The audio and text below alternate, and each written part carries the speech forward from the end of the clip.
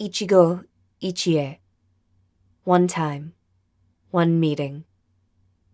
Mochi Melt's mission is to elevate every intimate moment, ensuring that every connection, every touch, and every shared experience feels extraordinary.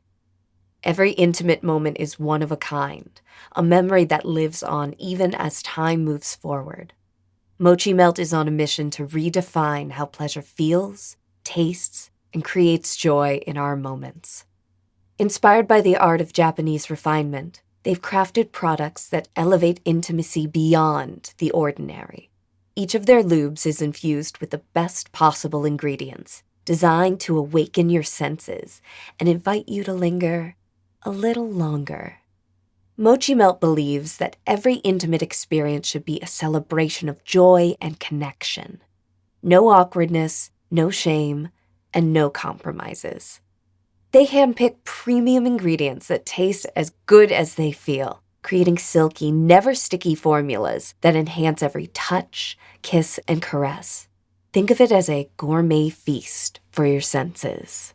They obsess over the details, blending flavors, testing formulas, and perfecting their craft so that every drop of Mochi Melt is pure, edible delight. As a modern intimacy brand, their focus is on crafting intentionally, refining each aspect over time to create a lubricant that you're proud to embrace and share. Use promo code SuburbanSlut for 20% off your total order. No need to knock, the door's unlocked. Come on in, let's have some fun. We'll make it hot, won't wanna stop. Slide on into Suburban Slut.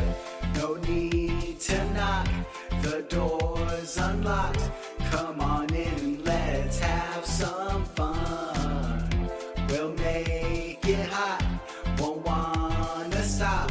Slide on into Suburban Slut.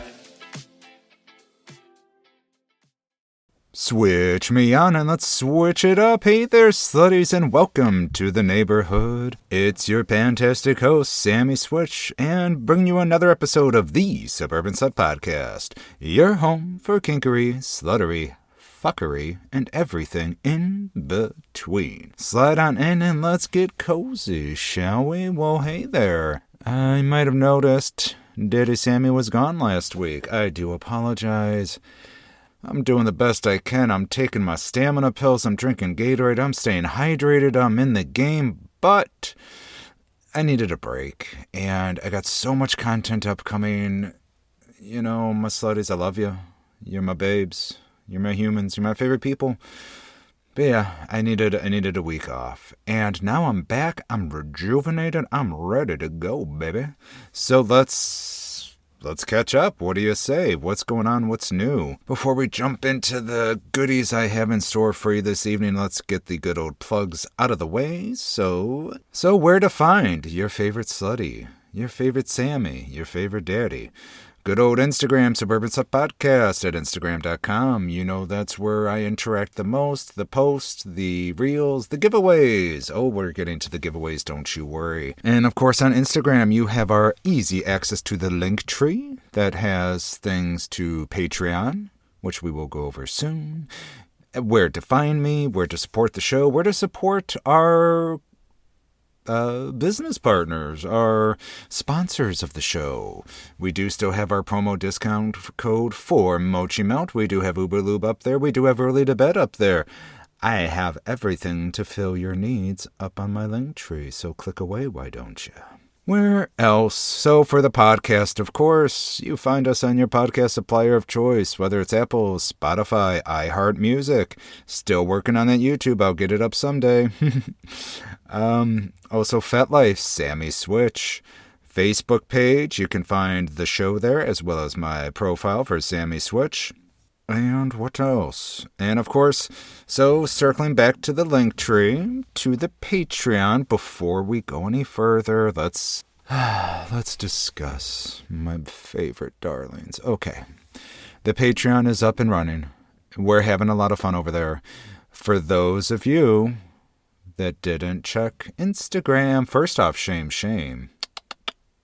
I'm a little disappointed in you. But on a better note, we talked about Patreon, and last week was the first ever Sammy's Side Quest exclusive Patreon episode. That's right.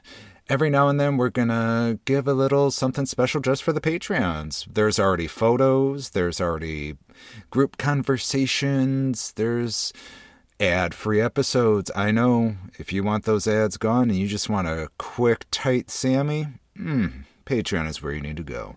And that's all for just $5 a month. I know, it's crazy. Some podcast people charge $15, charge $20. Charge an arm and a leg, let's be honest. No, I am cheap, I am fun, and I'm all yours for just $5 a month. So now, speaking of the Patreon, and speaking of $5 a month, this is the final week for the Sexy Santa giveaway. Oh my God, it's coming to a close. We have had an enormous turnout on Instagram. Thank you so much. We have gotten many entries into the Secret Santa giveaway, and there's still time. There is absolutely still time. And here is the final push. Slutties, if you don't take advantage of this, I don't know what else to tell you at this point. I don't think you want the Sexy Santa gift. I think I should just return it. I think I should just get my gift receipt and I should go to Target and be like, I didn't buy these items here, but I want to return them here, and just give me over $200 in retail credit for this amazing box. So here we go. Final week, final push, what we are doing. First off, let's cover back what's in the box. In case you forgot, there's a lot of goodies. And as I just stated, it's over $200 in free stuff.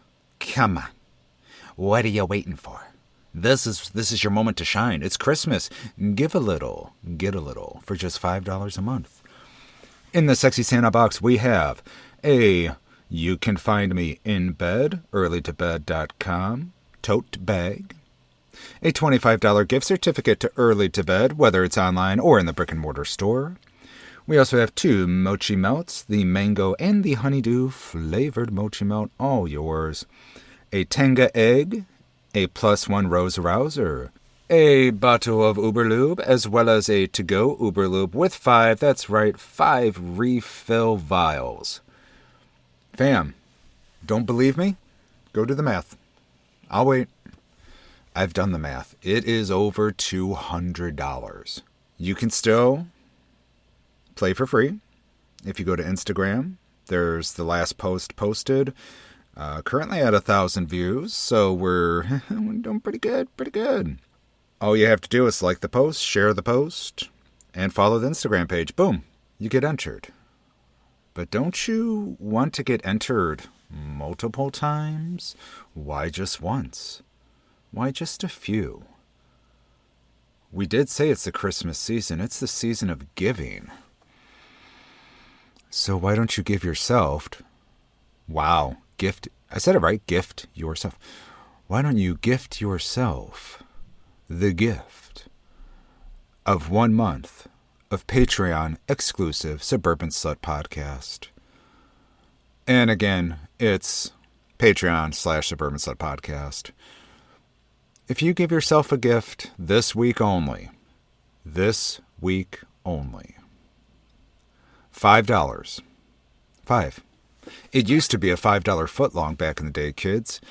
Now you can't get much. But for $5, you get all the ad-free episodes, you get a group chat, you get exclusive content, photos, everything.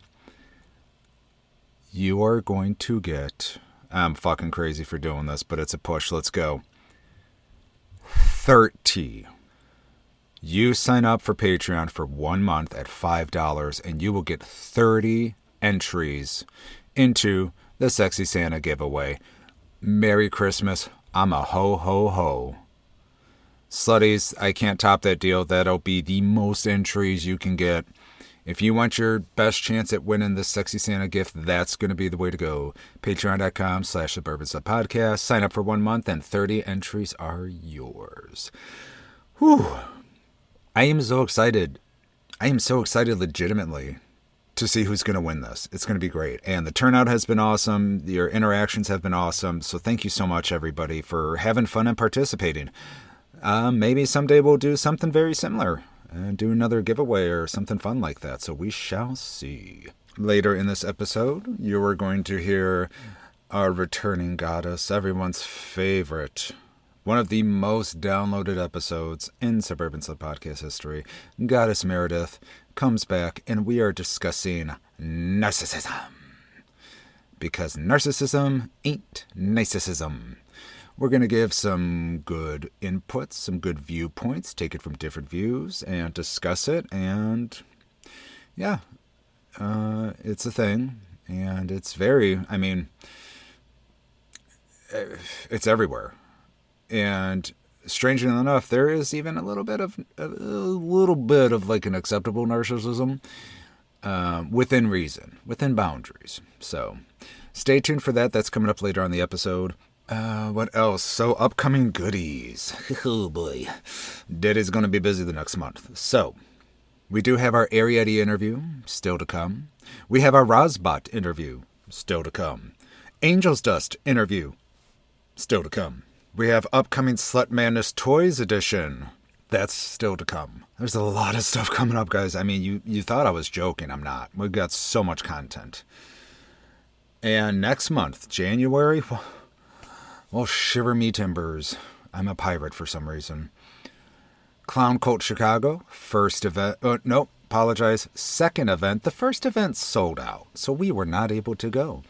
The second event is up and running on their Instagram. Find their link for tickets on there. And their second event is coming next month. I'm going. Goddess Meredith is going.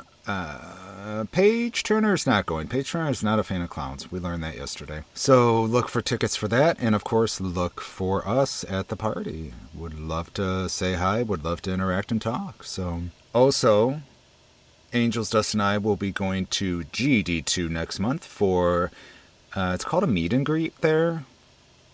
You meet people, you greet them.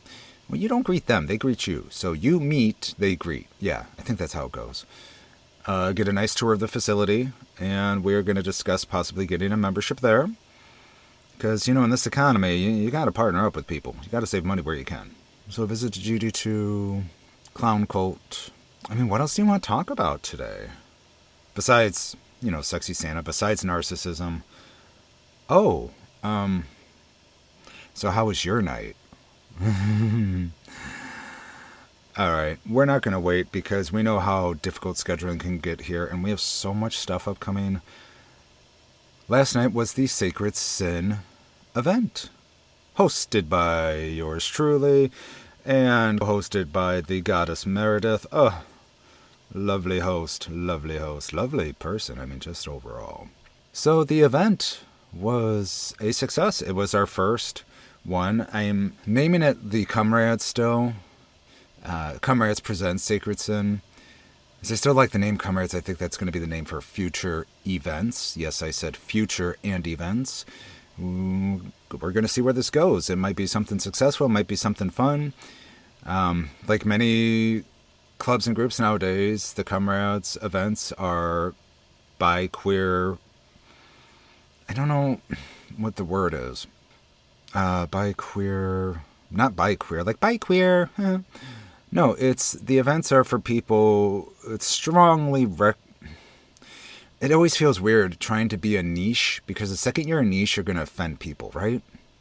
The Comrades events are not for straight presenting people. It is for queer people. It is for bi people. It is for pansexual people. It's for people that like other people and are open to other people. Yes, there are straight events. And a lot of times people don't realize that the bi and queer and pansexual community don't have a lot of events that are inclusive to them. Yes, there is Sluts Party, the first and foremost. Come on, Sluts Party, give it up. You know where to find them in their events. Ecstasy 7 coming up. New Year's Day, you should check that shit out. Whoo boy. And Clown Cult is also bi, queer, pansexual, whatever you like, friendly. And we'll be checking them out soon. So I thought, why not? I'm going to throw our hat in the ring. Comrades exclusive parties, yes, exclusive, will also be bi, queer, pansexual people. And again, it makes it so that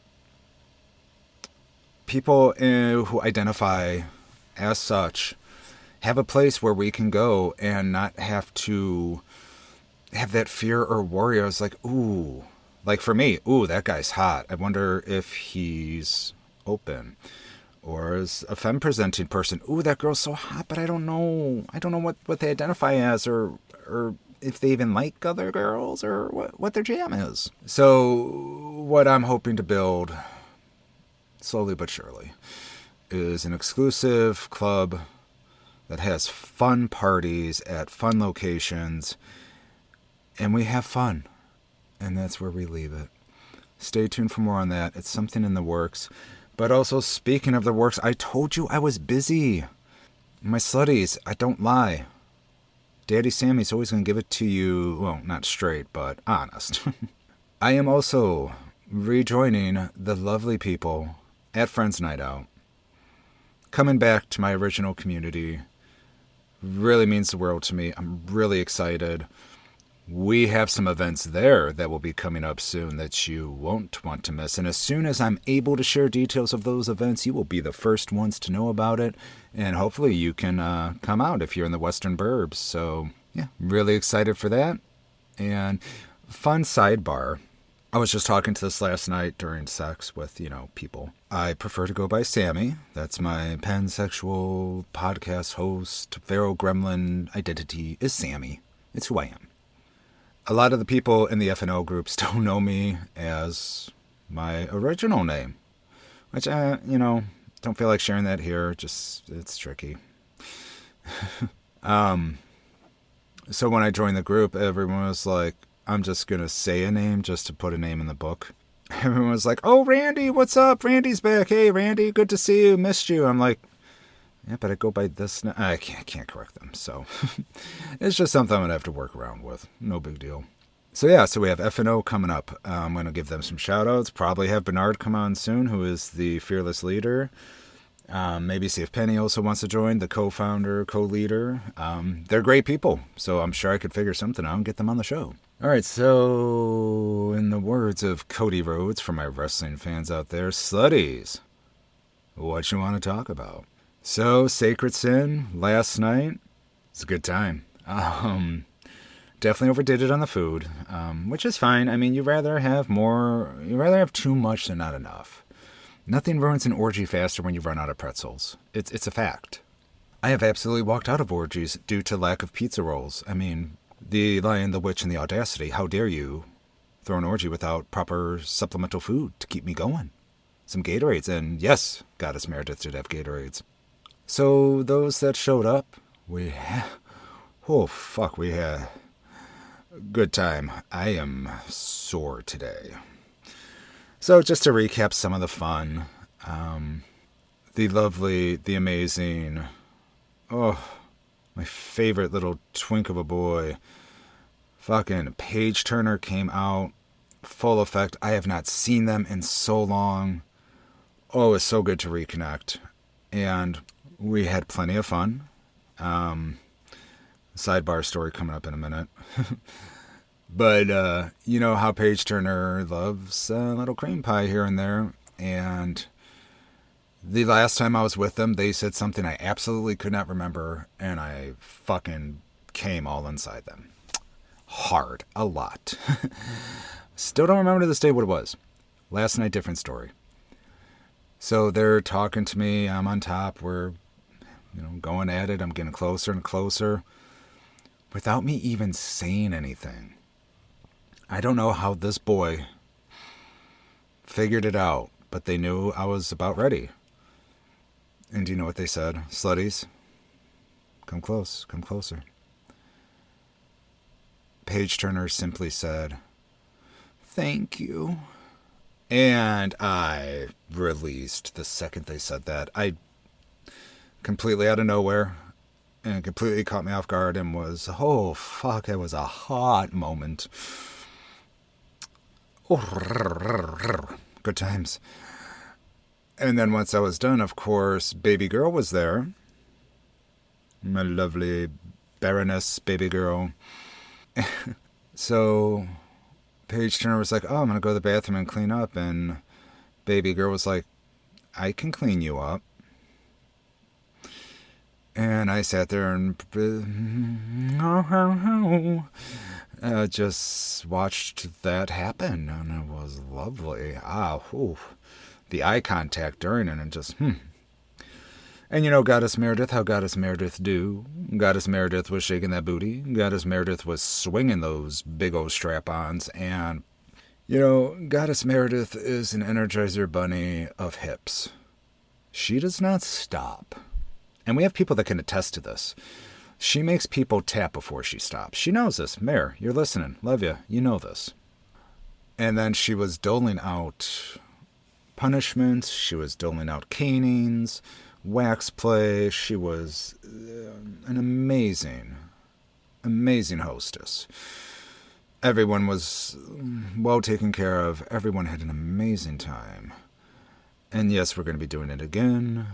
And yes, I'll keep you up on the details. So, what I'm circling back to now is I don't think I covered this on the last episode or, so right now, I guess I'm a hot commodity in the fisting world. Yeah, there's a world for that, and I am sought after at this point. In the past month, I have successfully fisted 3 people. I never thought I have small Irish hands. I call them Irish hands because, you know, these were for picking potatoes. But no, I have very small hands. And yeah, in the past month, 1, 2, 3 licks of the lollipop. No, not lollipops. That's the Tootsie Roll commercial. Tootsie Pop commercial. Yeah, I have fisted 3 people. I have the videos to watch and lovely. Unfortunately, I cannot share those videos, but I could tell stories all day about them. That's fine. But yeah, unfortunately, slutties, I can't share that. That's a whole nother market that I'm not gonna go into right now. So we're good. But yeah, if you need a fistin', suburbanslutpodcast@gmail.com. You can find me. I'm glad to offer my talent and services. And before we get into the interview, a lovely update.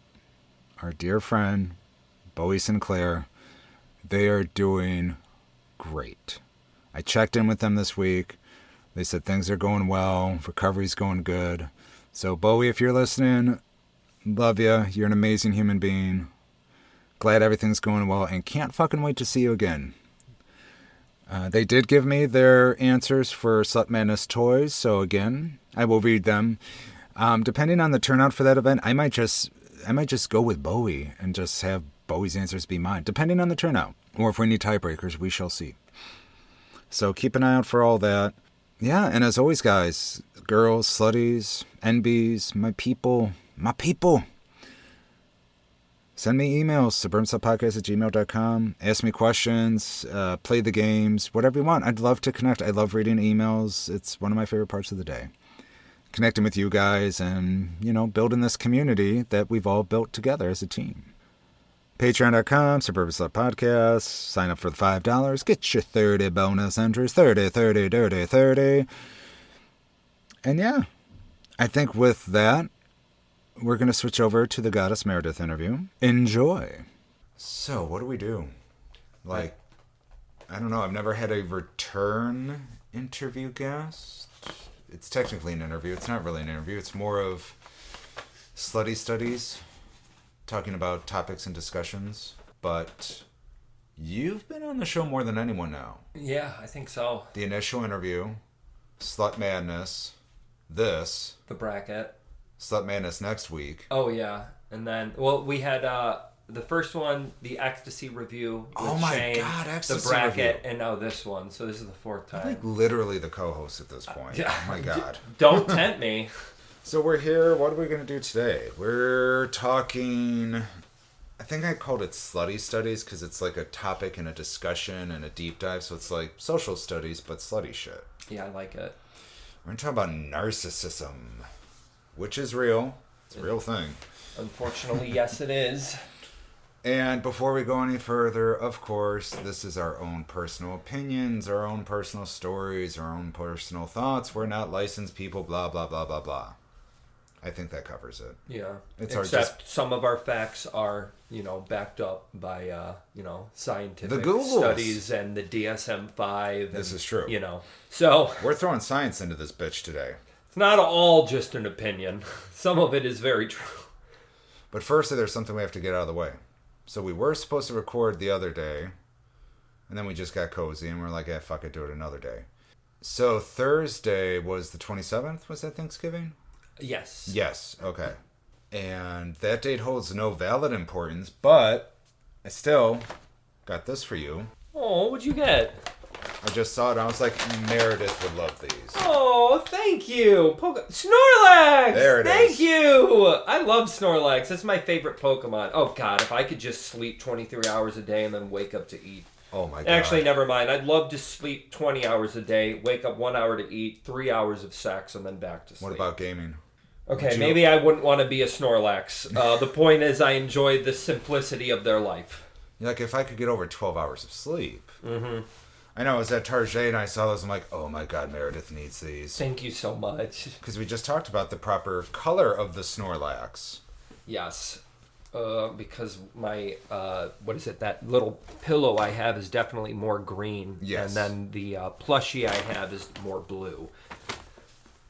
They cozy at least? They are very cozy. Yes. Oh my God, they're so cute. Nice. Oh, thank you. I'm welcome. putting them on right now, everybody. I know, we always do so much things for an audio podcast. I'm just like, oh yeah. Right? We really need to start recording this. I know, I'll get there someday. Anyway, go on So about we got narcissism. that out of the way. So, we're going to read over some facts, give our personal insights and stories and experiences. So we're just going to jump into it. And that's how we do. So, what is a narcissist? La la la la la la. A narcissist exhibits an inflated sense of self-importance, a pervasive need for admiration, a lack of empathy for others, and a sense of entitlement, often at the expense of others' feelings and needs. This pattern of thinking and behavior can range from narcissistic traits to a diagnosable mental health condition known as narcissistic personality disorder, NPD. Narcissists can be manipulative, selfish, and resistant to criticism, viewing it as a personal attack. Fact. Gotta add the fact. Mm-hmm. The disorder is found in 1 to 2% of the general population, 1.3% to 20% of the clinical population, and 8.5% to 20% of the outpatient private practice population. Science, boom, bitch, we brought it today. Exactly. And think about it, that if it's found in 1% of the population, that means that people with NPD are, I think, just as common as green-eyed people and people with naturally red hair. Like, do you know someone with naturally red hair? Do you know someone with green eyes? You absolutely probably know someone with narcissistic personality disorder. Or at least green narcissistic. emerald eyes. Ooh, are you a fucking narcissist? No, but I'm Irish and I have very emerald eyes. They're very pretty. Yes. Very pretty. Very much. So yeah, that's the gold standard edition definition of what is a narcissist. Also, other fun fact, according to a Harvard Health study, the condition is 50% to 75% more common in males than females. And Harvard's smart. I've heard that. They're smart people. Dude, but it is getting worse. Another study says narcissistic traits are escalating in Western society with a 30% rise in the past 30 years, which is leading to an increased criminal behavior with relevant public concern. And people with a high level of narcissism respond aggressively towards a challenging source, presumably to regain self-esteem and dominance over others. I have all these studies I quoted. We'll have a works cited. Right. Because I got like 6 or 7 of them. Yeah, so we're going to deep dive, and then we're going to also go over... So next is the traits, and this is where we're going to start. Of course, names have been changed to protect the innocent until presumed guilty, blah, blah, blah, blah, blah. But This is where we're going to share our own personal experiences and stories. So from my end, I was very much into lifestyle groups. You know, the Upside Down Pineapples, the Swingers, E&M, yada yada yada. So I'm going to be bringing a lot of views from lifestyle groups, Facebook groups, swinger events, stuff like that. Mare, what's your big experiences? Just dating one-on-one or just... I mean, I've had in my past, I did a lot of dating like I was monogamous for a while. I've been poly for a few years and love it. But I haven't really run into too many narcissistic people in my dating life. Just one horrible person. All right. Well, let's dive in. So, what are the traits of a narcissist? And this is my customer service voice when I used to work phones for many years. Case in point. Thank you for calling Blue Cross Blue Shield. This is Sammy. How may I help you today? Oh, well, that's not good. Let's get you taken care of, right? Like, that's my bullshit customer service voice. Yes. And, it works on the lady. I don't know if it works on the boys. I got flirted with ladies a few times, but I never had a guy call Blue Cross and be like, you sound yummy. All right. Narcissist. First trait, grandiosity. An exaggerated sense of self-importance and belief in being unique and deserving of special treatment. This right off the bat, for me. Everyone knows someone in the groups that this is basically the person that posts pictures every day, or even like a spouse that will always post nonstop pictures like, isn't she so hot? I'm so lucky to have her. I feel like that's narcissism by proxy, because the man is flaunting what is quote unquote his. And for the girls in the groups, like, they're just constantly posting selfies, TikToks, reels, whatever of themselves.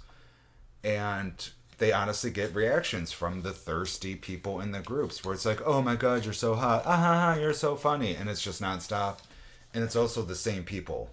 If you go and look in the groups, which I did this morning just for shits and giggles, like, I've filtered through like a few people from each of the groups I'm active in. And I went and clicked on their name, and lo and behold, it's like October 1st, October 1st, October 2nd, October 2nd, October 2nd, October 3rd, October 4th, October 4th. Like, the 3rd was a light day for some reason. That was the only day. But you can see that they're constantly posting because they think they're this big star of the show in the group. They get the attention that they feel that they deserve. Yeah, and it's from the thirsty guys that are just like, ooh, hot chick, ooh, yeah, ooh, you know. It's annoying. So that's my aspect of grandiosity, is seeing that person just like they think they run the group and they're the hottest shit on earth. Yeah. Mare, what say you? Grandiosity. I mean, I've seen a few, like, I dated someone, like I said, who was incredibly narcissistic.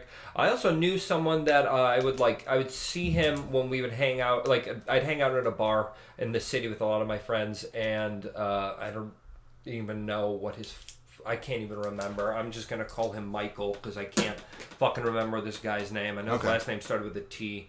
But that's not Mikey. No, actually, now I can't call him Michael. Yeah, let's change it. I don't want Mikey to listen and be like, why was Meredith being so mean to me? I remember his last name started with a T, so I'm just going to call him Trevor for now. Trevor works. That's easy.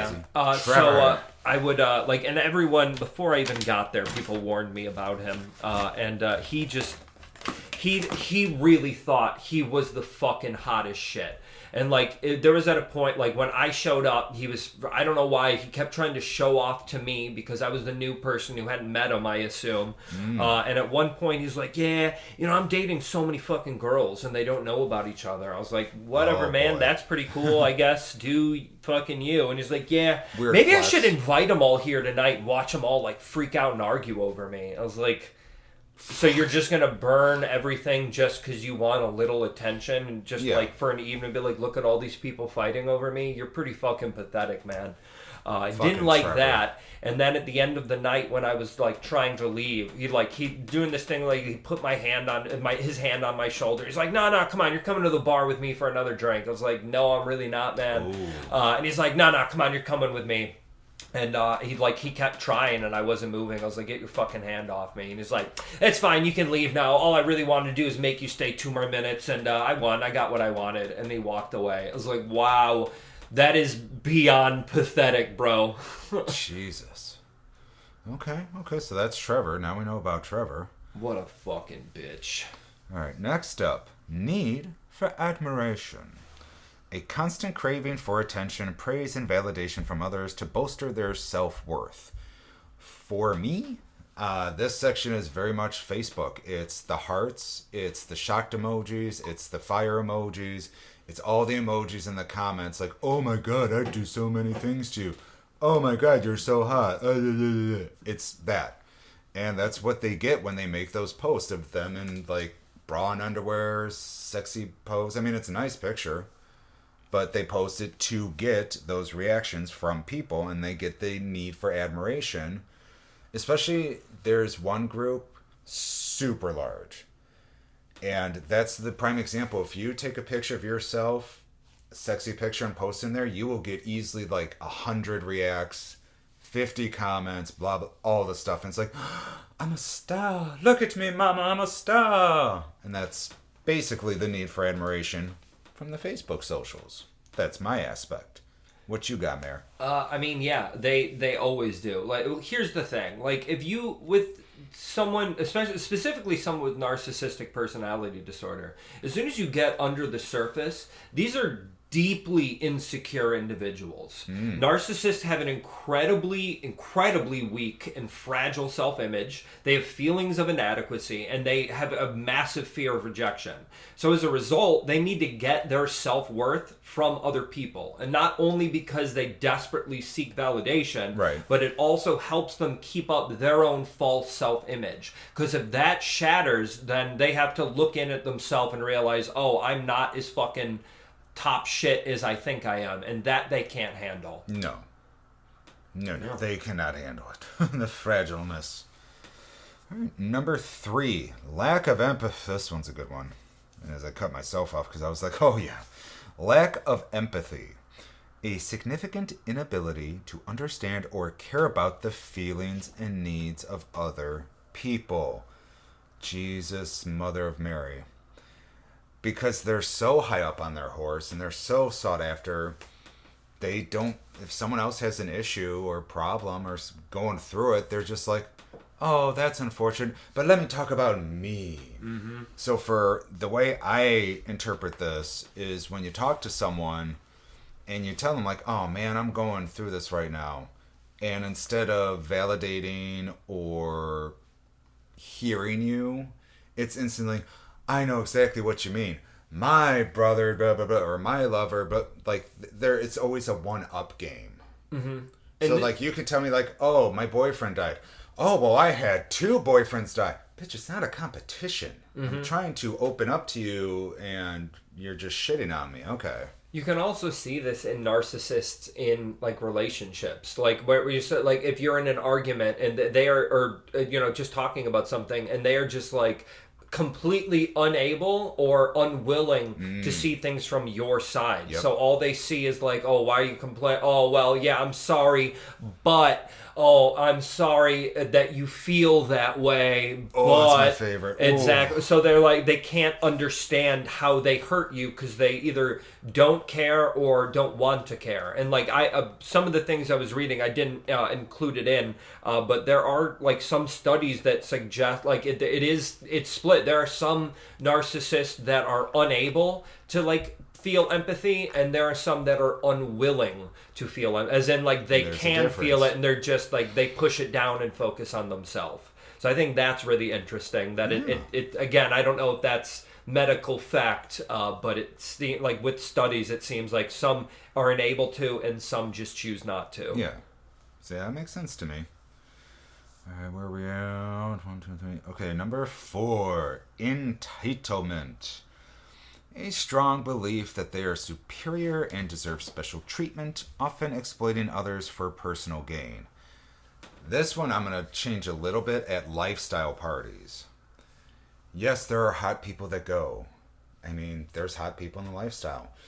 And then there are those people that know they're hot and absolutely feel like they're entitled, almost like special treatment, like they're the hottest thing there, everyone fawn over me, everyone, you know, everyone wants to play with me, and it's like, it's just, it's fucking icky, and I hate using that term, but that's exactly what it is. Just, they walk into a room and they feel like they're the vice president of the club, and it's like, no, you're just hot. But in their mind, like, everyone's here for me.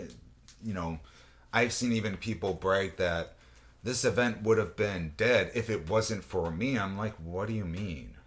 And they will straight up say, like, oh, I brought at least like 20 people to this event.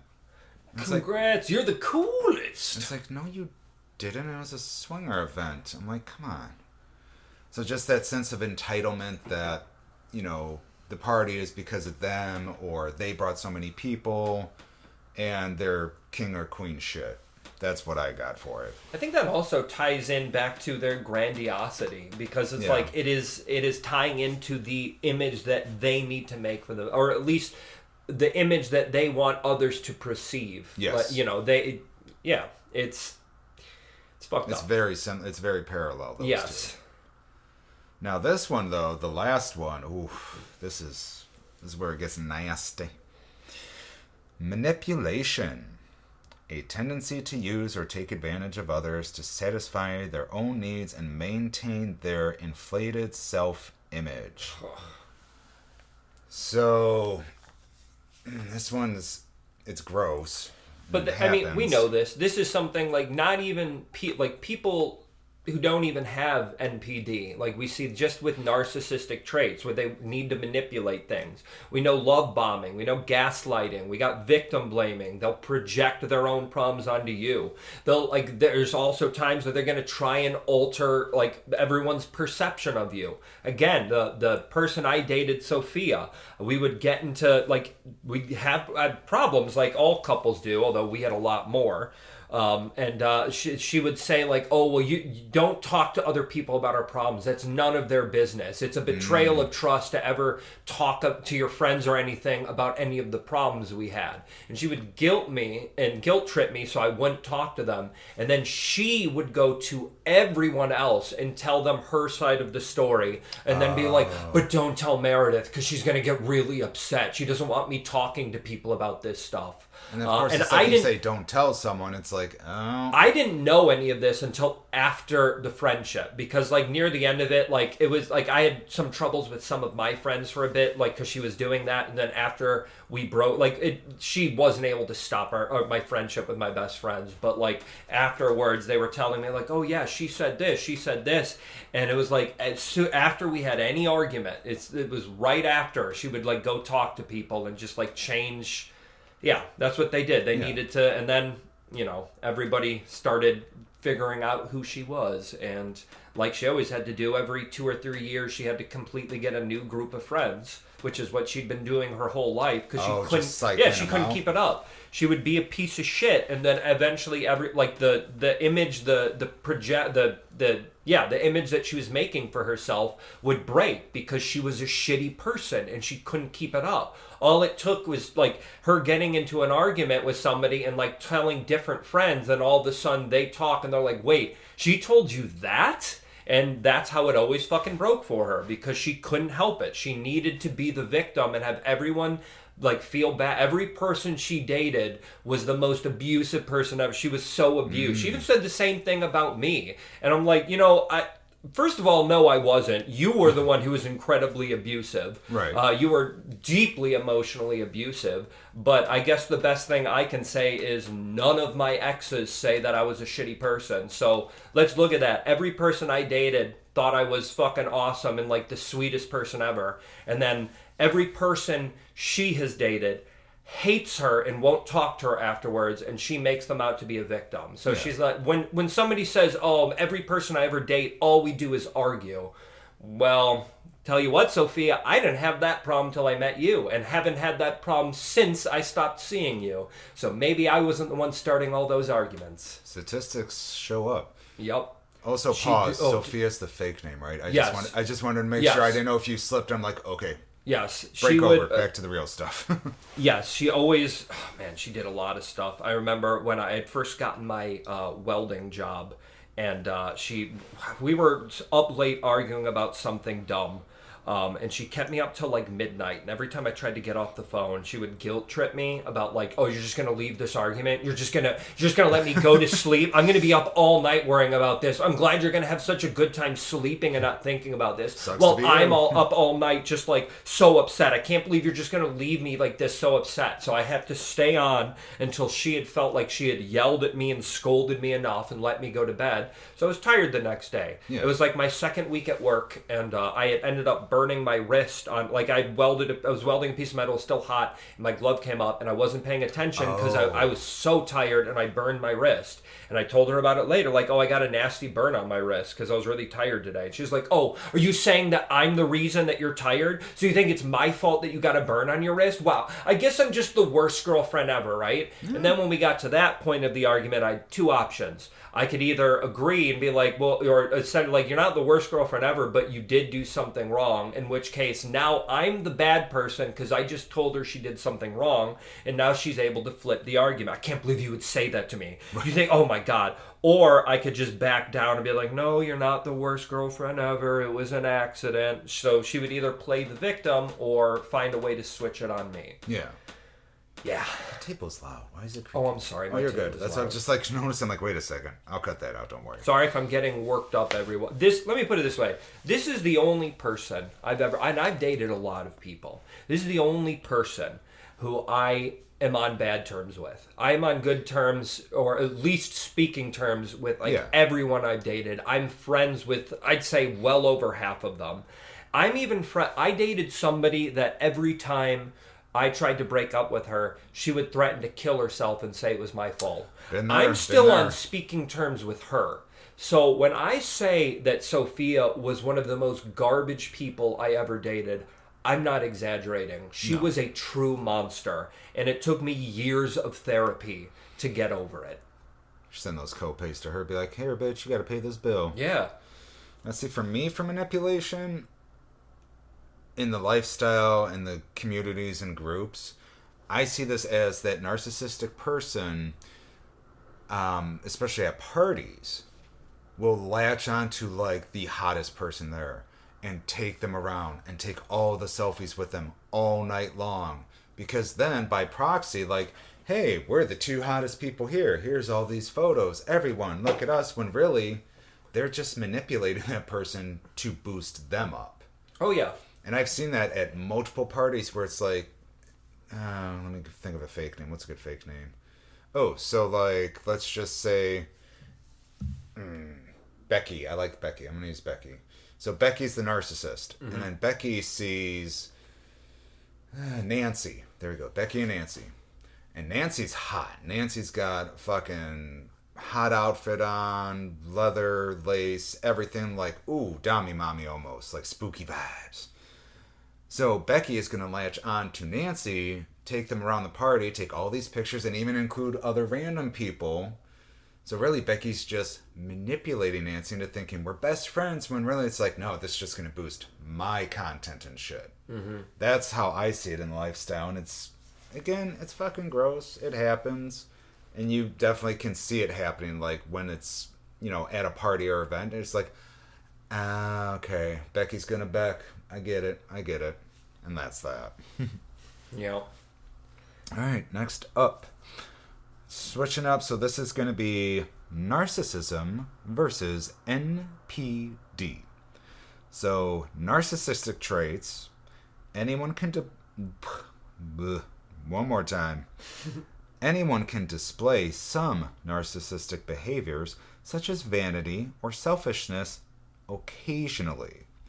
Now, NPD, or one more time, narcissistic personality disorder, a clinical diagnosis for a persistent and pervasive pattern of these behaviors where the individual's self-absorption and lack of empathy significantly disrupt their relationships and life. So this is more like an actual medical diagnosis, right? So this is in the ICD-9 coding. Yes. So this is for this is in the DSM-5. So for those who don't know, the DSM-5 is the Diagnostic and Statistical Manual of Mental Disorders, and which is what professionals, doctors, psychiatrists, psychologists use Like, this is the standard. And like, and it's changing. We're on the 5th one. And like, as they learn things about, mental disorders and all that, they'll change things. One example is, I think, I don't know which one it was, but I believe it's the DSM-2 to DSM-3. They removed being gay as a mental perversion or a mental disorder. Yes, you told me about another that. one is, I'm not quite sure if they've done it yet or if they're going to do it at the next one, but I think with the switch from 4 to 5, they changed multiple personality disorder to dissociative identity disorder, because you do more research on it and you realize that multiple personality disorder is not an accurate name for what that is. It's wrong. You don't have multiple personalities. A lot of times these people go through trauma and they make identities to help them dissociate and protect the brain. Dissociative identity disorder. So like, as we learn things, this is what they use, and they update it. So according to the DSM-5, a person with narcissistic personality disorder, and there are 9 criteria, they may display or possess a grandiose self-importance, a grandiose sense of self-importance, a preoccupation with fantasies of success, power, beauty, or perfect love, a belief that they are special and can only be understood by other special people, a need for excessive admiration, a sense of entitlement, which may include an unreasonable expectation to be treated favorably or for others to comply with their demands or expectations. Like that guy at the bar who just like, I want you to stay for another drink, assuming that I would just, he just gave me an order, so now I have to stay, because how can I say no to him? He's the coolest person ever. Fuck yourself. Next, a behavior that is exploitative and takes advantage of others to achieve their own ends. A lack of empathy or unwillingness to identify with the needs of others. A tendency to be envious of others or a belief that they are envious of them. And finally, arrogance, haughty behaviors, and attitudes. There's also... It's very descriptive. Yes, it is. Yes. There's also some studies. This isn't... I guess that this isn't proven yet, but there are a few studies that suggest that there might be different subtypes of NPD.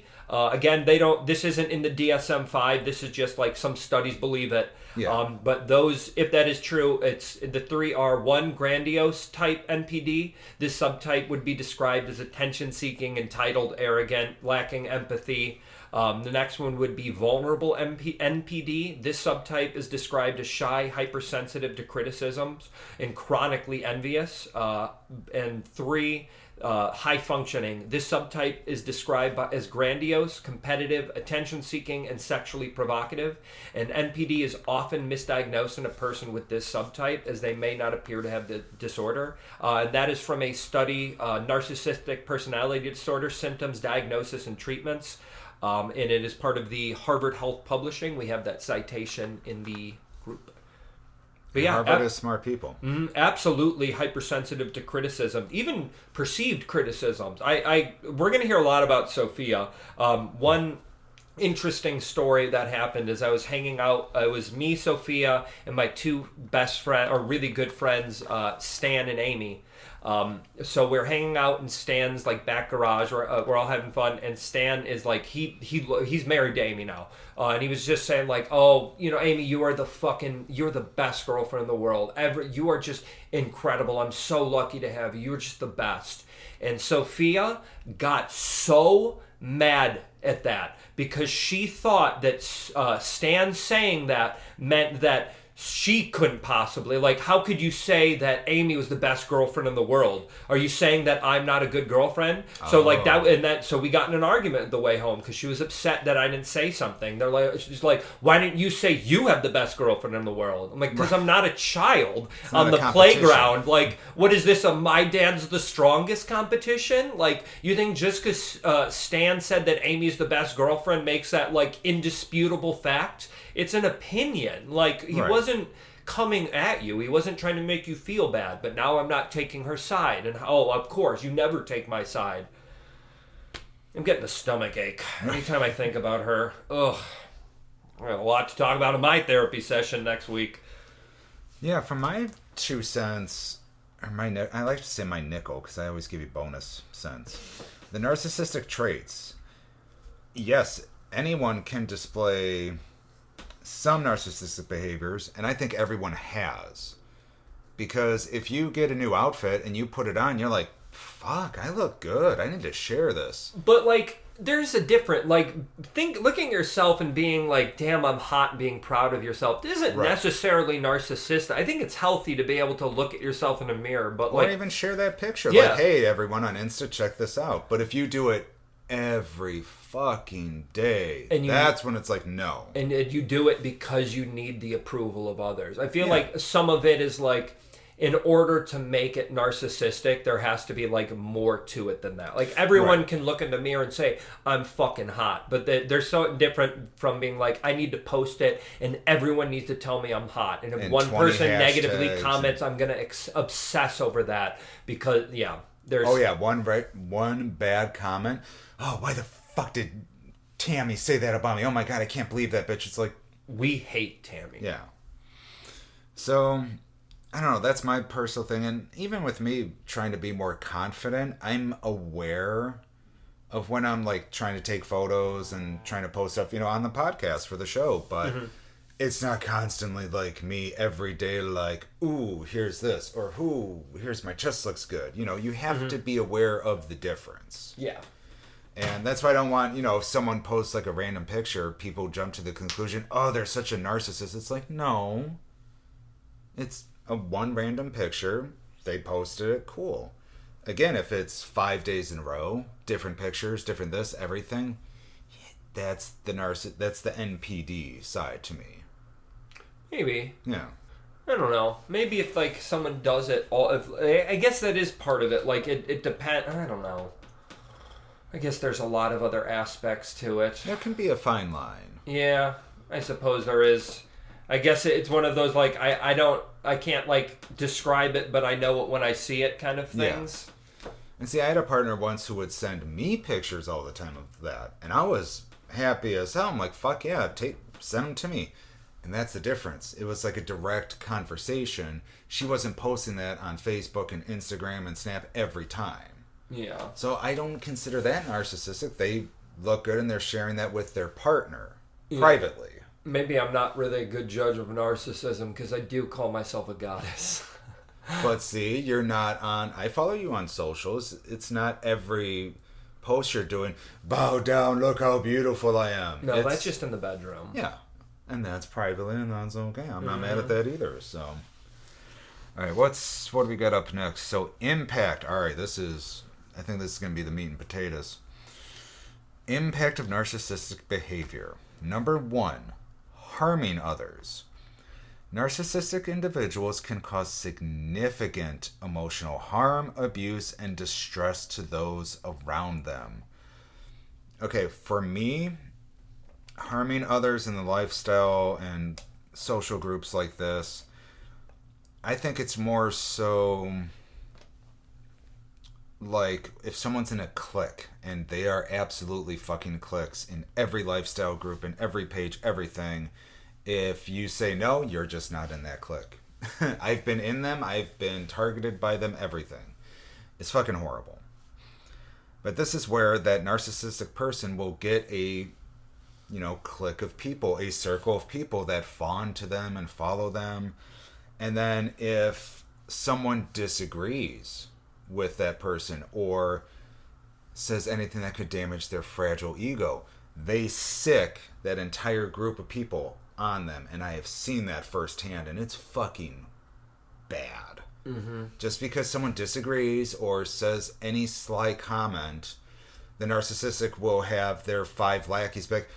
Spread rumors about this, or spread this about this person, and like take them down a peg just because of the slightest thing.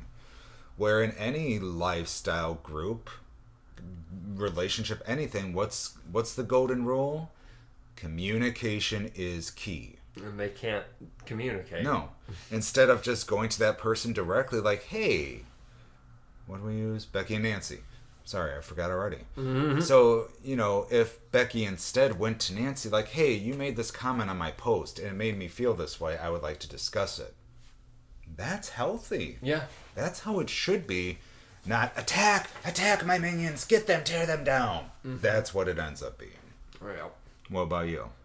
Harming others. I don't know. I guess, Sophia would keep me awake as late as she could just to fucking wear me down. She literally she didn't care what she did. She didn't care what bridges she burned. She didn't care. She'd fuck people over by like not keeping a secret. She just liked the chaos, and she liked being the center of it. And then they act surprised. Exactly. The gasp. I hate drama. Really? Then why'd you say that? That is okay. Sidebar. We're gonna go on a quick sidebar here.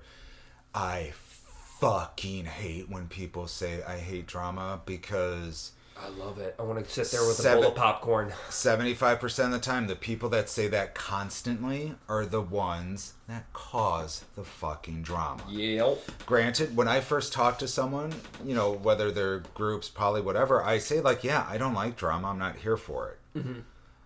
Whereas a narcissist will constantly remind you, I hate the drama. Oh, this group used to be so much fun, but all the drama. Bitch, you're the fucking center of the drama. You're the one that causes it and spreads it. That's the difference. Yes. Okay, sorry. I had to go on the tangent the second you said that trigger. I'm like, oh, God. It's so bad, so bad. All right, what else? Next up, number 2. Superficial relationships. Their focus on self and lack of genuine empathy makes it difficult to form deep, meaningful connections with others. Oh, Lord.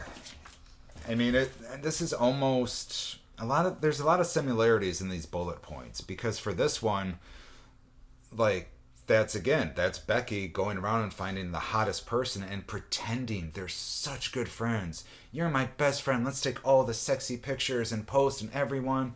And then the second that friend has a genuine, like, issue or needs a friend, oh, that sucks. I'm so sorry. I don't have the spoons for this. I'm busy. Bye. Like I said before, Sophia, she has to get a new friend group every 2 or 3 years because she can't It's the life cycle. Yeah, she can't keep these relationships stable. She doesn't actually make good relationships with people. She just uses them and tries to get attention, and then when everyone realizes she's a shitty person, she moves on to the next group. Yeah. Everyone always even the person who introduced me to Sophia, they became quick best friends because Sophia love bombed her, and then the person that she was friends with was also one of my friends from my haunted house days. So she introduced us, and then we started dating, and then we broke up. And afterwards, when I finally saw her again, before when I was dating Sophia, she was starting to get fucking angry at me and thinking I was a shitty person. And then as soon as we broke up, I found out that they had stopped becoming, well, not as soon, I shouldn't say as soon as we broke up. Okay. As soon as we broke up, I learned they were having like problems in their quote unquote friendship. And then I think maybe it was like a couple weeks later, like pretty soon after that, like they stopped being friends. Thankfully, I wasn't dating Sophia anymore, so I didn't have to hear about it. But I went and like reconnected with my old friend, and she had gone from thinking I was a shitty person to being like, holy fuck, I'm sorry for setting you up with her. She was a fucking monster. None of us saw it. I was like, thank you for that validation, because she did a real good job of making me think I was crazy. See? Yep, that's what they want to do. She was an expert gaslighter. Oh, gaslighting right up there. She was one of the best, unfortunately. And I'm surprised that wasn't one of the traits listed, gaslighting. It is. I mean, technically it is when it comes to like... You can gaslight people into believing what you want. It's like, okay.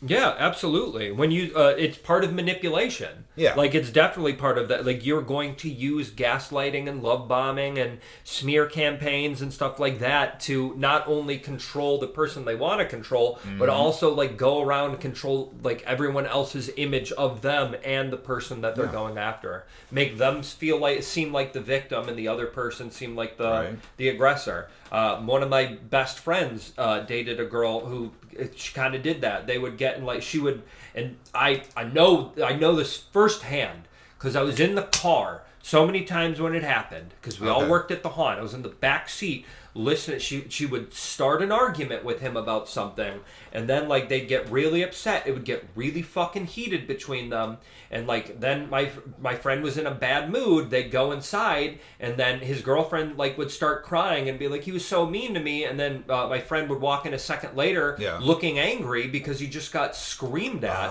and like.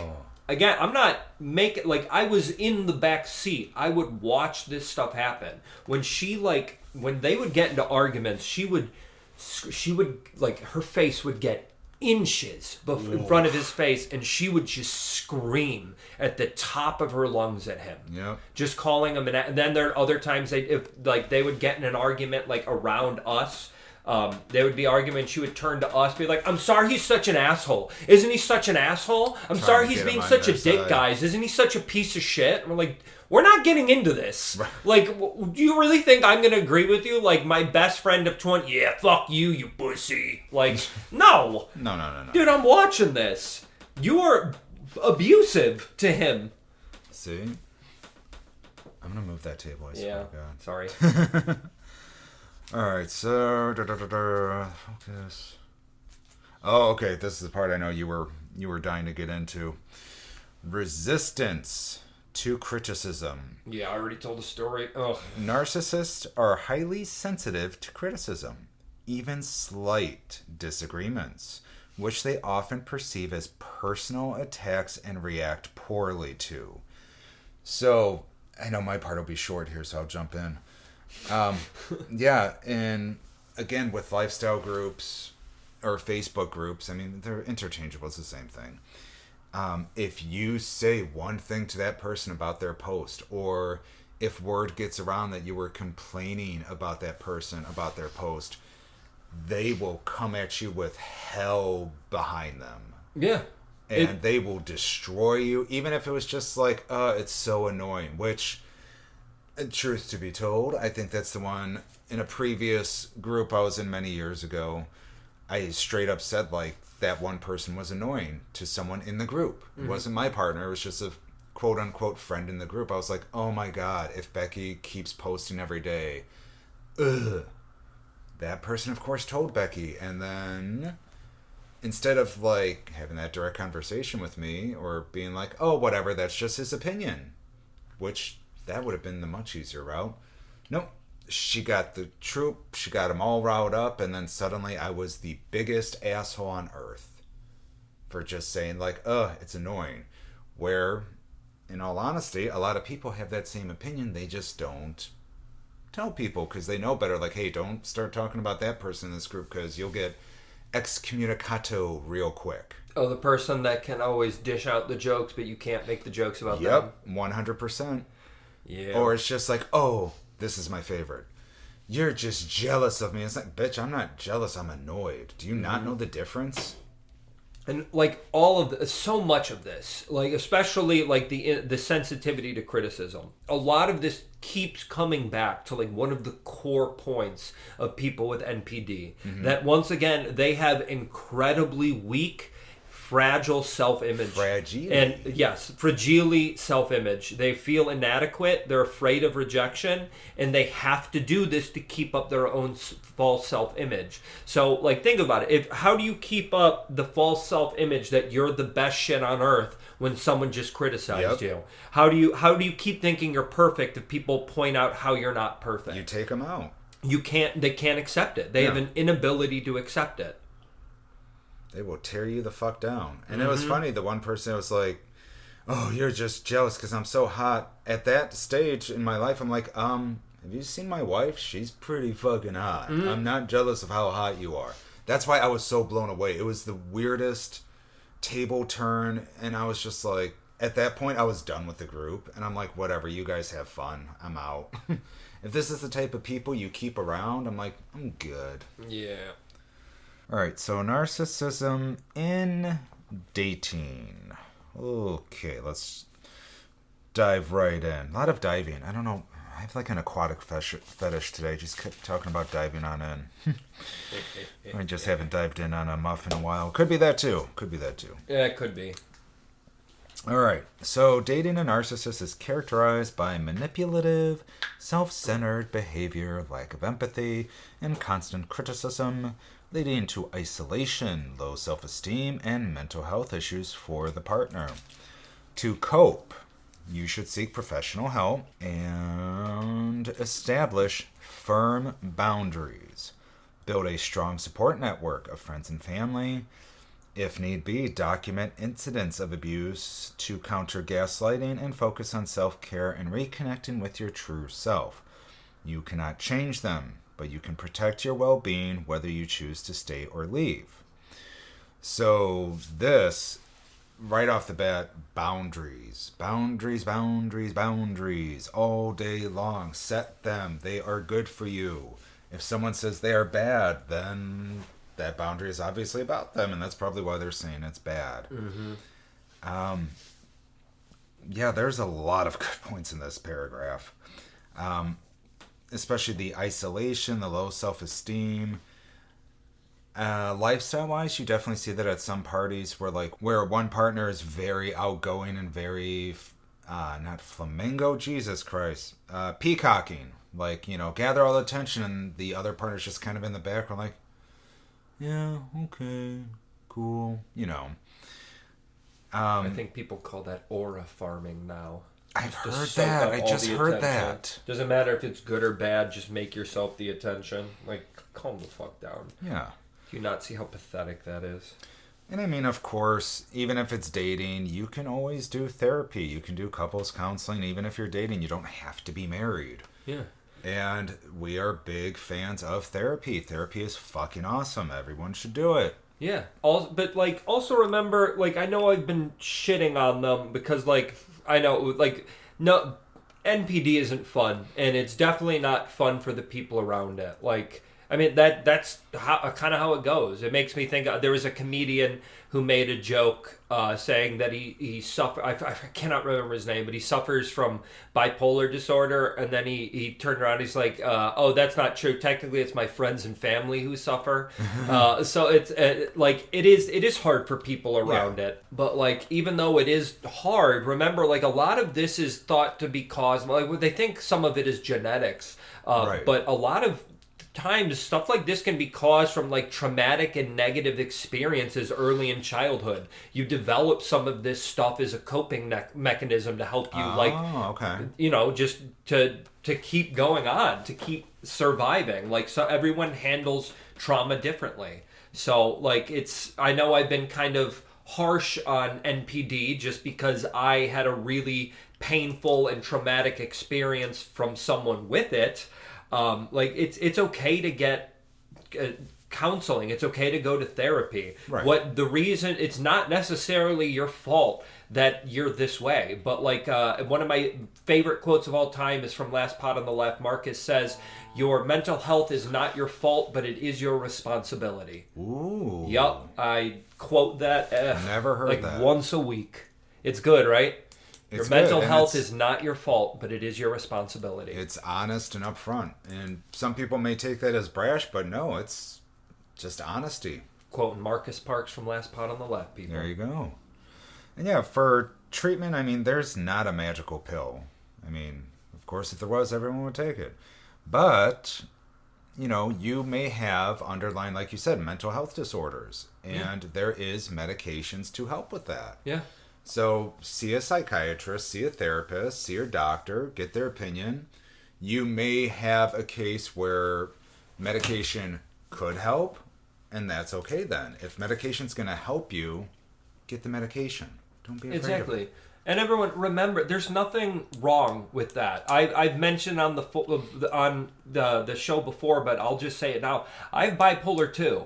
I'm going to be on Seroquel and Lamotrigine, I think it's called, for pretty much the rest of my life. Yeah. And that's okay. I felt bad when I first started taking Seroquel, it's quetiapine, the Yeah, the Hawk brand. fancy word. Yeah, It's it's labeled as an antipsychotic, and at first I was really embarrassed about that because there's a stigma behind it, Absolutely. and that is unfortunate. But like, it is okay. Like, we can talk about this. I'm not embarrassed about my mental health. It's not. I didn't choose to be this way, but I recognize that like when I'm unmedicated, I cause a lot of problems in a lot of aspects of my life. So, and I hurt other people around me. I've lost friendships because I wasn't able to maintain it during severe depressive episodes. I accept that. I was a bad friend sometimes, and I wasn't being responsible about my mental health. Right. And then, I finally got diagnosed, and even though I don't love the medication I'm on, I understand that it's what's best for me, and it's also what's best for people around me. Yeah. Like, it's hard going from highs to lows, and it's hard feeling bad about yourself. As somebody who hated themselves for years before they transitioned, I can tell you I know what it's like to have a fragile and like bad self-image, right, and want to like put up walls to protect it because you don't want to let anyone know how much pain you're in. But it's okay. Like, it really is. You can get help, and like, you're gonna be okay. Yeah. And I mean, I'm not even gonna lie. When my daughter was having issues, at first I was hesitant for prescriptions. I'm like, she's just a kid, she doesn't need to be on meds. This is just something else. But going to a psychiatrist, going to a therapist, and being more educated on it. Yeah. Medication changed her life. And it also changed mine. Honestly, once I started meds it changed years mine. back, I'm not ashamed. I take meds, and yeah, I need them. Yeah. Seroquel makes me really sleepy, but like, it also stops me from like blowing over $1,000 in a 2-week period on all these different concert tickets and sex toys. I think that's why I signed up for Tinder on Thanksgiving. I just had a moment. I'm like, let's just spend some money I don't have just to try to get laid. It sounds very much like Sammy. Yeah, it does. So yeah, I think this was really good. I think we encompassed, we went on little sidebars, but yes, the main thing, and one more time for the people in back, don't be afraid to get therapy. Don't be afraid to get couples counseling, whatever you need to help you feel okay or even feel better. It'll make a world of difference. So absolutely, mental health is important. And I just recorded last night's episode about coming out, and I went on a side tangent about losing friends and stuff. I'm like, I feel like December's going to be like the feels month for the show. Right. Because this got very feely as well, which is okay. You need to talk about your feels. Yeah. I do actually have another story that just popped in my head. Sure. Well, two, but one of them was, it was like 25, I think. And my friend, we've talked about him before, Mikey, Monster Dick Mike. He was working at the airport. He was fixing diesel trucks, and I wasn't able to see him as much because our schedules weren't really lining up. So one night he was like, "Oh, hey, I'm at this bar in Des Plaines. Let's come and hang out because I haven't seen you in like 2 months." I'm like, "Oh, fuck yeah, I'm going." So I was like, I think it was texting Sophia at the time about it, and I told her, and she's like, "Oh, okay, well, I'll start getting ready now, and I should be there in an hour." And I'm like, "Cool, I'll meet you at the bar." And then she called me. Didn't even wait for a text. Just immediately, we got a call because she needs to yell at me properly. How could I do that? We're dating. You should want to walk in with me at the same time so everyone can. I am being dead ass. She was so upset. I had to wait there. Mike ended up staying like an extra hour past what he wanted to, just because I was so late getting there because Sophia needed us to walk in together at the same time. That sounds fun. Yeah, it was great. Then there was another time where we were at a convention and I saw my sexy or nerdy? Both. Well, no, just nerdy. It was ASEN. Okay, I mean, there's some sexy at ASEN, but we could do a whole episode on ASEN. Yeah, well, I guess we can do sexy and nerdy for ASEN. Yeah. And also very awkward. I worked IRT at ASEN for like 4 years. Ugh. So we were at ASEN. I was there with Sophia, Monster Dick Mike, and someone he was dating at the time. And I was trying to meet up with my friend Dee. She's my ex-girlfriend, but she was still one of my best friends. We still always hung out. And we had dated like, I think 3 years before that. Like, it wasn't recent. So I'm So I'm walking around with Sophia, Mike, and the girl he's dating, and I see D, and like we run up, and all I could think of is like, oh, I got to make sure I introduce Sophia and D, because like Sophia and I had gotten into an argument the week before because we met someone, and like it was rude of me. I wasn't thinking. I was excited to see somebody, and I just ran up, and I didn't think like, oh, this is Sophia. Sophia, this is blank. Yeah. So yeah, that was a time where I was like, okay, I'll take that, because like I should have been smarter. I should have introduced you. We're pausing for a quick second because Dan's getting in. I think it's demons. I don't see the cat. Nope, she is right there. Little demon. Oh, Pa's already under the door. Oh my God! No! She's getting in. Barricade the door. I was gonna say that doorknob. Look at her. She's like flipping me off. Yes, she is. Oh, you're trouble. That's what you are. She's like, hey, that's my paw. There we go.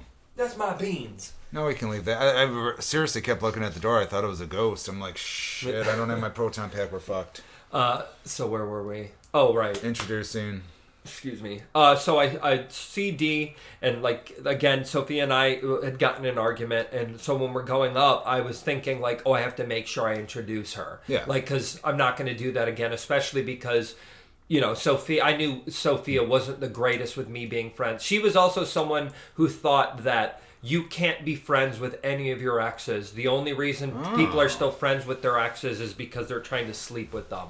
She thought, but that was because she wasn't friends with any of her exes, because she was a monster. No one wanted to keep in contact with her after they broke up with her. Right. Because, like, oh man, because she'll keep doing, even after we broke up, like 2 or 3 weeks later, she would still call me to argue about things. And at one point I was shopping and she called me, and I'm like, okay, this is dumb. I'm just going to get off the phone. She's like, you're just going to hang up on me? I'm like, yeah, what are we going to do? Double break up? And then I just hung up. And I'm like, I'm not doing it. She just kept calling. I'm like, no, fuck you. We're not dating. You can't force me to get on the phone with you so you can tell me I'm a piece of shit and I'm so mean to you for hanging up. How dare you hang up? Anyway, my stomach hurts again. So we walk up. I make sure I have to introduce them. So I go up and I say, D, this is Sophia. Sophia, this is D. So clearly you see what I did wrong, right? Do you see what I did wrong? Did you do it backwards? No. But it caused a big argument. I said, D, this is Sophia. Sophia, this is D. What I was supposed to say is, D, this is my girlfriend, Sophia. Sophia, this is D. Fuck. Okay, that. Oh, man, that fucking argument. The rest of the weekend was ruined because of that. Oh, you don't want her to know I'm your girlfriend? Yep. No, I was just trying to introduce you. And it's pretty clear we walked up holding hands. Yeah. Oh, I just think it's really weird that you didn't want her to know. Do you still have a thing for her? Oh, my fucking God. Oh, Sophia. It's always the Italian names. Yeah. Hey, it's okay. I like the chaos, unfortunately. Yes, no, I think that covers it. I mean, shit. Sorry if I got too loud and heated, everybody. It was just a very traumatic time. And again, of course, this is just our own personal experiences and thoughts and opinions. If you have comments to add on to it, you know where to send those emails, suburbansludpodcast@gmail.com. Would love to share your information as well, or if you have input, disagree, or agree. That's the point of a conversation. Yep. We don't all have to agree, but we just all have to be honest and open. So, Mayor, now you made me do the math. 4. This is the 4th one? Or this is the 5th one? Damn it. We have to do it again. You've been on the show the most. I had my interview. I had the ecstasy review with Shane. I had the slut madness. I have this one, narcissism. Yeah. Is that it? Oh, because we didn't do our review of Ecstasy 6 yet still. That's right. So I'm going to be up on that's still on the dot. We are that was like almost 2 months. No, because we've been dating so it's like a month and a half maybe, roughly ago. I don't remember when 6 was, but it was a minute. Yeah. We will get back to it because Meredith remembers everything. I remember some things. I do have a good memory for these things. Yeah. And Shane was there, as Shane does, so. Exactly. Princing it up. Yup. All right, well, we're going to skedaddle. Meredith, thank you as always. Of course, thanks for having me. This is Meredith, the pretty much co-host at this point, reminding you to, as always, hail Satan. And I'm going to re-go and quote something I said earlier from Marcus Parks from last pod. Do it. Your mental health is not your fault, but it is your responsibility. It is okay to seek help. Abso-fucking-lutely. Love you. What did I tell you? Insightful, educational, personal stories. Yeah. Narcissism, it's real, folks. And like we discussed, from my point of view, from my experience in the lifestyle, it's rampant. There's a large amount. In the swinger community, in the poly E&M group, it's there. And you just have to do what you can to deal with people that are narcissistic. But always remember, take care of yourself. I sound like Maury Povich. Take care of yourself, folks. Or that was Jerry Springer. All right, so closing out this week. It's good to be back. Thank you for allowing me a week off. I will definitely be back next week. Fingers crossed, the Slut Madness might be the entire episode for Christmas.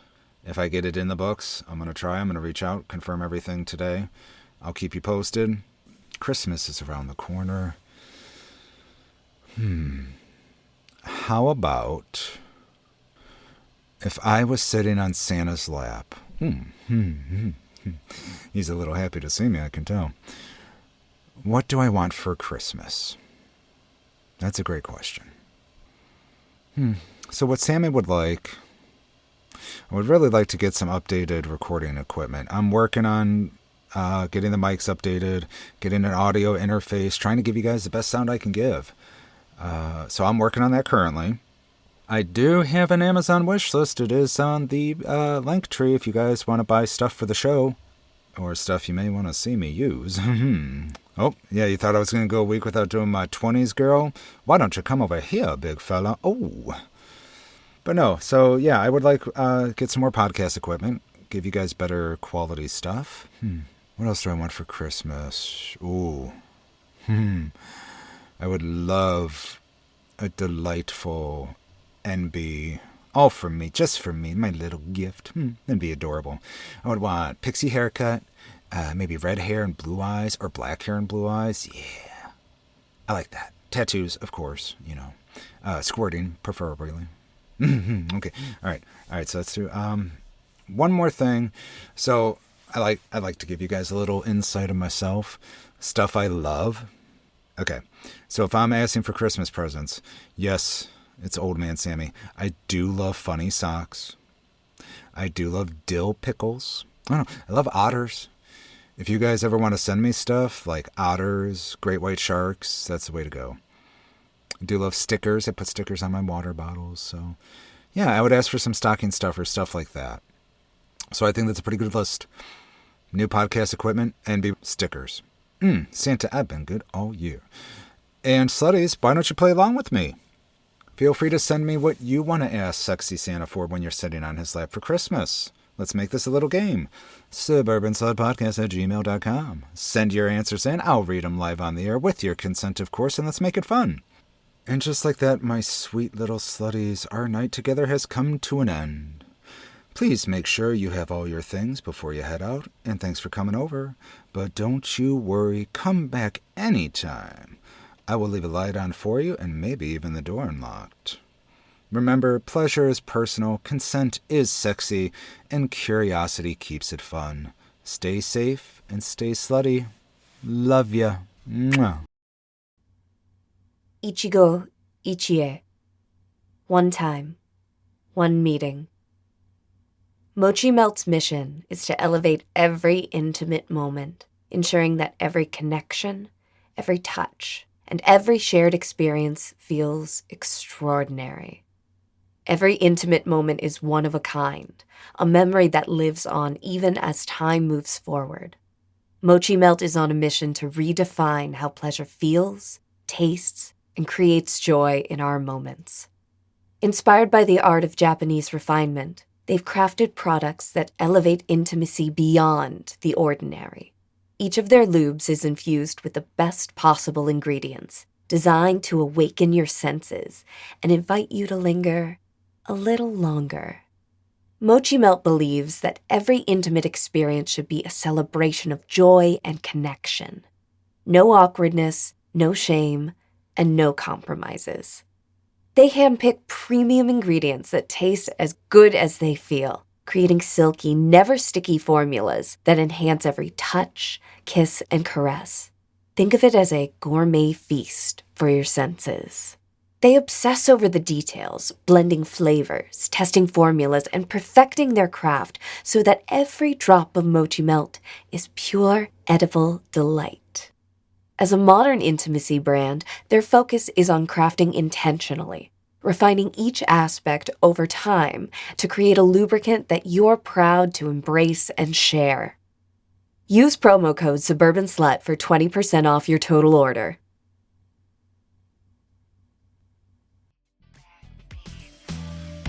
No need to knock, the door's unlocked.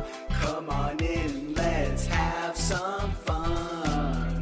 We'll make it hot, won't wanna stop. Slide on into Suburban Slut.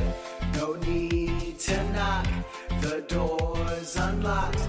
Come on in, let's have some fun. We'll make it hot, won't wanna stop. Slide on into Suburban Slut.